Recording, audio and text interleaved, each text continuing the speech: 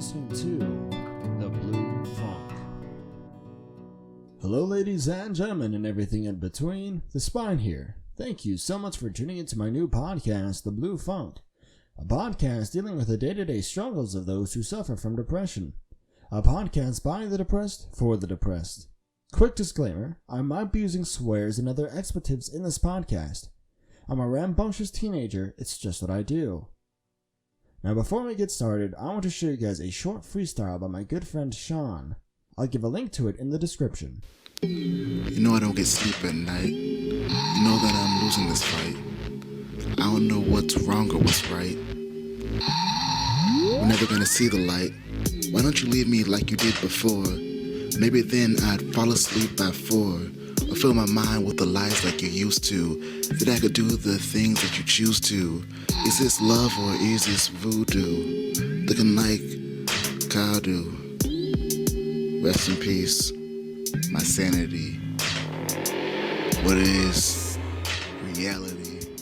Alright, I'd like to start off this podcast by thanking each and every one of you who decided to tune into this podcast and the previous Prologue podcast. I never expected it to get as many views as it did. So again, thank you all so much for tuning in. If you like what I'm doing and you're interested in upcoming episodes of The Blue Funk, make sure to subscribe to me. So this episode of The Blue Funk has been through a sort of developmental hell, so to speak. It was very bad. I started off normal. I got the idea. I started writing it up, started writing my script. I got done with the script, basically. Just about done. And then I read over it again, and I realized, actually, this is kind of awful. Like, this is really shitty. So I deleted, half of it, and then did it again. And I was like, okay, this is good. This is exactly how I want it to be. And then, shortly before I was able to start recording, I accidentally deleted it all. The whole thing. Just gone. Gone like that. Poof. So yeah, I was a bit upset about that. I was a bit tilted. But, use that as a PSA. A good lesson to always save your work. Because I had to learn why you do that the hard way. And, I'm very excited because my pop filter finally came in. It's an Avantgarde, something guard Pro Shield. Very, I don't know, I like it. It's got a cool shape. It works well. I think it's neat.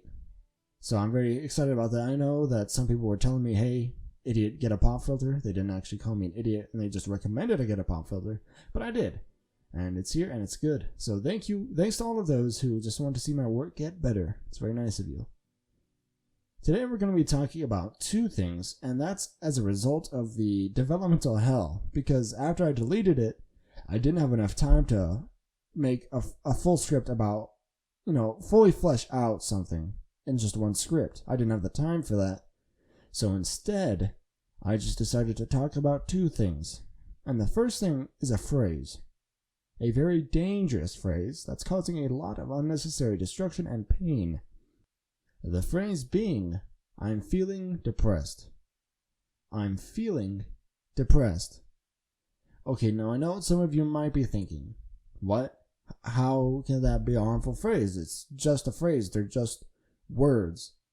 If you are so triggered by just some words that you feel the need to make a podcast about it, then my good friend, you need to man up and grow a thicker skin. And, I know why you would think that. I totally get it. But let's go off the beaten path and talk about the relationship between depression and a resiliency to words. See, for the average healthy mind, it's, with practice, it gets pretty easy to, if someone says something rude or crass to you, you can just brush it off, In one ear, out through the other ear, no biggie. But when you're depressed, it makes that action a lot harder. Because instead of ignoring comments people make to you, you will silently accept them and keep all that pain to yourself. And I know, everybody, everybody kind of does that. For everybody, an insult will still hurt, no matter how little that pain is. But see, depressed people are incredibly sensitive. I am so sensitive. I am probably one of the most sensitive persons you've ever heard. Like, if you came up to me and said, "Hey, idiot, I don't like your shoes," and we get into a heated debate over it, I will get so flustered, my face will turn red, I will start shaking, and tears are probably gonna fall. Just because I am that sensitive. I'm kind of a big baby sometimes. So, it's very hard.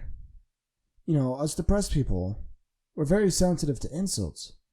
And so it's very hard to release the bottled emotions that we do have. And I know everybody bottles their emotions. Every single person does that. But I wouldn't say to the extent that depressed people do it. Because when an average person is insulted, it doesn't sting as much as it does to someone who is depressed.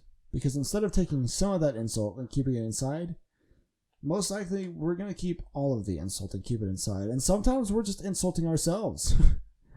Sometimes that's just what we do. Our bottled emotions seem to have a lot more pressure than others. And so when we are able to, release our emotions, which is very hard to do, it is usually so overwhelming emotionally that we do cry about it and we do shake about it and we get really red and really flustered about the whole thing.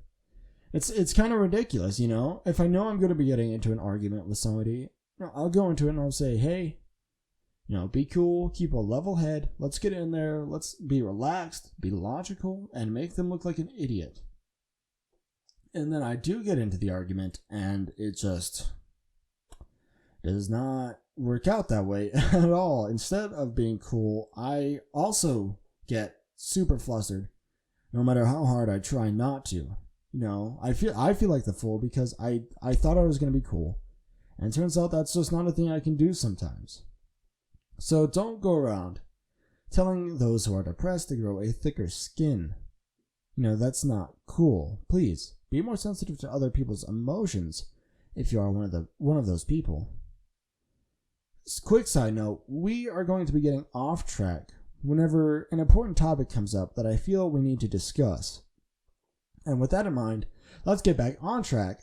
Because depression is a very harmful phrase in that it habilitates the delegitimization of depression.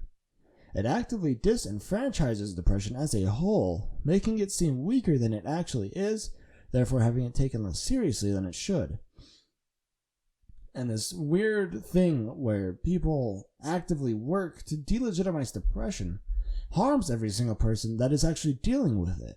It makes their life significantly worse than what it normally would be. And you might be wondering what exactly I'm talking about. And I'm talking about the people that would use and are using our debilitating mental issues for their own personal gain. They are using depression to make their problems seem more significant than they actually are, which in turn makes the problems of those with depression seem not as bad as they actually are. You gotta balance each other out now because people are doing that, and it's not cool, As much as I hate that people are doing that, and I kind of do hate it, I can't really blame them for doing it, and neither should you. Because, when we're growing up, we are indoctrinated into this gross misunderstanding of what depression actually is. We watch TV, we listen to the radio, and we read our books. And what we see is depression looking very similar to just normal sadness. We all experience sadness. That's just a normal human emotion unless you're a psychopath or a sociopath, in which case this podcast may not be for you. I think I said that last episode. But, we all experience sadness. And when we read our books and we watch our TV, we think, well, that person is exhibit, like, they say they're depressed because they're crying, maybe they're a bit lazy, and they're just generally upset at something that happened in their life. And you think, well, that happens to me pretty often. Maybe I'm depressed. And the reason we're thinking that is because, the media, and I know it's weird to blame the media as a whole. I'm not some weird conspiracy theorist, but, just stick with me. The media shows a perverted, overly romanticized depiction of depression that does not show the whole truth. Instead, we are raised to believe that the normal emotions we have are stemming from depression, and it's not our fault. We shouldn't blame ourselves for what nobody in particular is doing. It's not a specific person's fault. Instead, it's kind of a conglomerate of people. Again, the media. And what's the point? Why would people want to make depression seem like sadness? It seems like this weird thing. And that's because we want to make money off of depression. We want to make money off of making depression as relatable as we can. And we do that by making it attract the widest audience. And we do that by making depression very similar to sadness. Because depression in real life is not something that people like to think about. It's not very fun to talk about. It's very scary, it's gross, and it's just not good. But, so if we want to make money off of something like that, we have to change what it means to be depressed. Instead of being this gross thing, we have to change it to be more human-like, more relatable. We have to make it sadness. And, as much as I hate that as well, we can't stop it by going out and protesting the media, because that's not going to work. I don't think it ever will work. But the way we can stop it is by spreading the good word, by going out there and showing people what depression actually is. If someone goes, I'm so depressed. If someone says that, you have to go up and say, hey, look, I understand your problems. I understand you're dealing with some things right now. But don't say you're so depressed, because that's not true. And you're actively working to, you're actively delegitimizing depression as a whole, and that's not any good at all. So go out there and reinvent depression. Go out there and bring it back to what it actually is, and clear our name. Please. And this will bridge us to our second topic, which is just talking about depression. Kind of what I'm doing right now, what this whole podcast is based around, and this also goes back to bottling up your emotions. For us depressed people, it's very, very difficult for us to say what's on our mind. Because we think a lot. We really do. We think a lot. But when it comes to saying what we think, not so easy. For other people, it's not really an issue. They can talk and say whatever, and, who cares? They don't care. They don't think about the repercussions, because in real life there actually isn't very many repercussions. But other people just don't get our mindset when it comes to, repercussions, whether they be real or not. So for us, it's very, very easy not to speak at all. And I do not speak very often either. I might be speaking a lot right now, but that's because it's a podcast and that's just what you do. We get into this mindset where we reason with ourselves, why would I talk if it can cause a lot of trouble for me? If I can talk about my depression, that might cause a lot of issues for me down the road. And I understand completely why you would think that. But it's important to learn not to be afraid of the trouble that talking could cause. Because if there's issues that it brings up, the best way to face those issues is to face it. The best way to deal with those issues is to face it head on. There's no other real way to do it. You just have to take it and remove it forever. And of course, there is a time and a place to talk. And talking too much can be annoying and unnecessary, and don't do that. But with that in mind, please do not be afraid to talk and say what's on your mind, because in reality, your voice is the only thing that can help you and the only thing that can save you, not other people, not drugs, not therapy, because those things only work to postpone your issues. Those only set your problems up for a later date.